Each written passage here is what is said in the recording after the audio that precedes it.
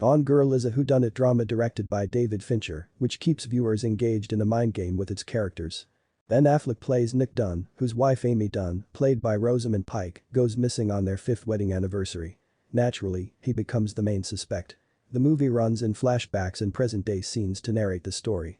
The movie opens with a voice-over. Nick Dunn is stroking his wife Amy's hair and thinking about cracking her skull and picking apart her brain so that he can know what she was thinking. It sets the narrative that there are doubts and suspicions in their marriage. Early in the morning, Nick takes out the garbage and surveys the quiet neighborhood, feeling lonely in those surroundings.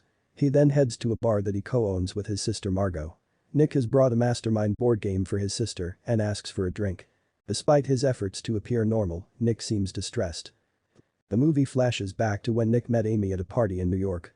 Amy says that his chin cleft makes him look untrustworthy. Nick covers his chin with his fingers to appear trustworthy. They then walk and pass through a bakery where sugar is floating everywhere. Nick kisses Amy and is later seen in bed, engaging in lovemaking. Present day. A neighbor calls Nick and tells him that his cat is outside. Nick returns home and calls his wife, Amy, but there is no response. He goes into the living room, where a table is flipped over and its glass top is shattered on the floor. Nick becomes alarmed and calls the police. Detective Rhonda Boney and Officer Jim Gilpin arrive at the scene and inspect the home. Rhonda finds a small splatter of blood in the kitchen. They see a wall with pictures of Amazing Amy, a book series Amy's parents wrote. Rhonda says she loved those books. She is surprised that Nick is married to Amazing Amy.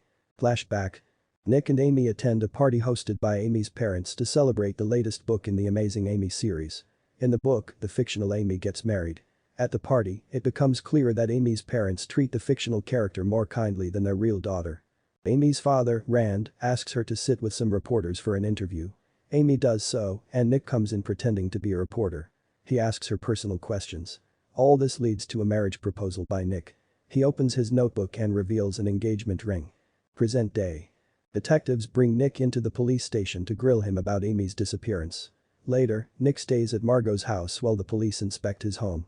In the upstairs bedroom, detectives find an envelope labeled Clue 1. When questioned about this clue, Nick says Amy always prepares a treasure hunt for their anniversary. The first clue leads to Nick's office, where they find Clue 2. The second clue mentions a brown house. Nick goes to his father's old home, which is painted blue. The detectives also arrive there, so he realizes they must be following him. Finally, Nick finds the third clue, but hides it from the police. Nick and Amy's parents meet with Detective Rhonda to discuss some suspects. Amy's father, Rand, names an ex-boyfriend of Amy's, Desi Collins. Desi tried to commit suicide after Amy broke up with him. People go to the volunteer center to help find Amy. Desi is also here, but he goes back without saying anything. People start suspecting Nick's calm behavior. Then, a woman approaches Nick in the center and takes a selfie. Nick sports a fake smile, but realizes he made a mistake. His smiling photo goes viral, and the media starts analyzing Nick. Flashback. Amy writes in her diary how she and Nick have lost their jobs. Her parents also face financial problems, and they ask Amy for money. Amy gives them her trust fund money, almost $1 million. Nick is at first angry with Amy for giving the money away, but later reconciles with the fact that the money was hers.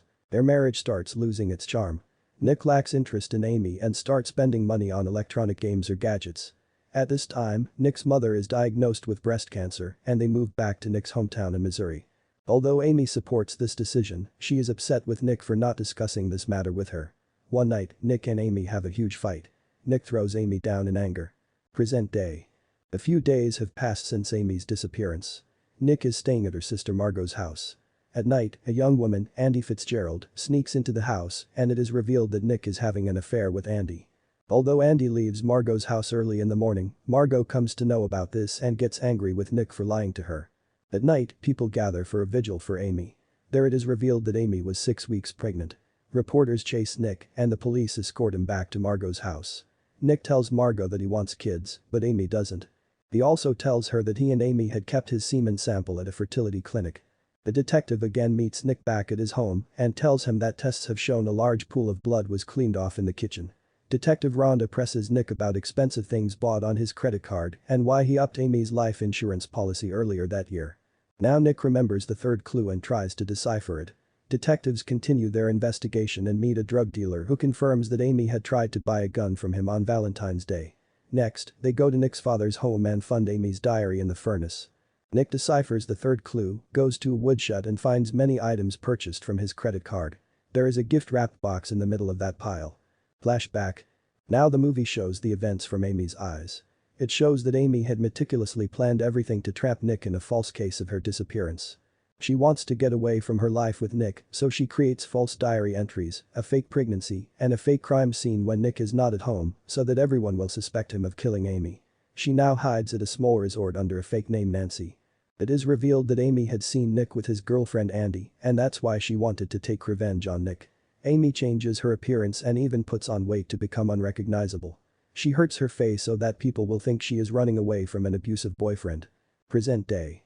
The movie again returns to what is happening to Nick. Looking at the doll set that Amy had left behind as a gift, Nick and his sister know that Amy had framed Nick. Nick goes to New York and finds a tough lawyer to defend himself in a court of law. The lawyer, Tanner Bolt, played by Tyler Perry, tells Nick to meet Amy's ex-boyfriend Tommy, who was once charged with sexually assaulting Amy. Tommy tells Nick that Amy had also framed him by tricking him into a rough sex game and then accusing him of abusing her. Tammy had accepted the charges to escape going to prison. He warns Nick that Amy is evil and manipulative.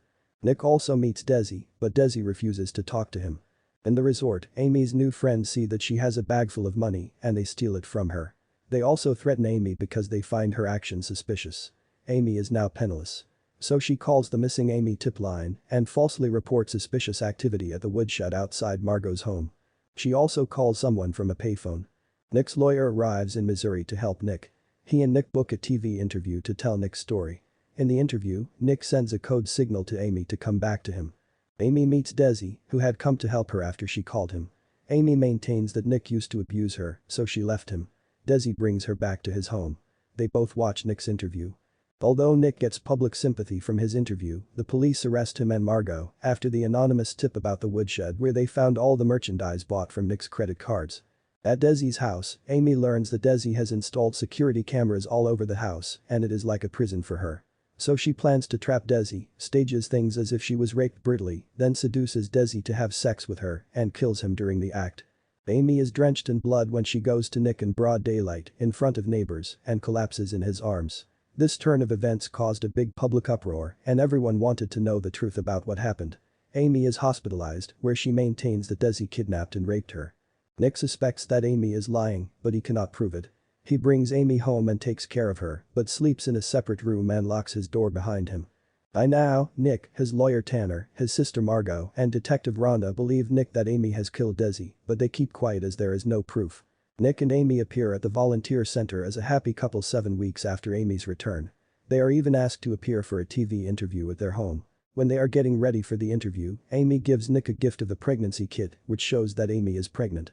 Nick is angry and says it is not his child and asks for a blood test. Then he remembers his semen sample at the fertility clinic and realizes that Amy had retrieved it and gotten pregnant. Nick is furious and, in anger, slams her head against the wall and calls her names. But Amy says that she was the only woman Nick loved and the only woman who made him feel like a man.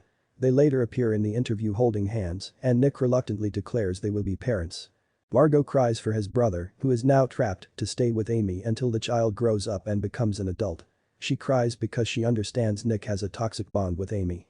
The movie ends with the same shot as the beginning. Nick is stroking Amy's hair and a voiceover ponders about what she is thinking, what she is feeling, and what they both have done to each other.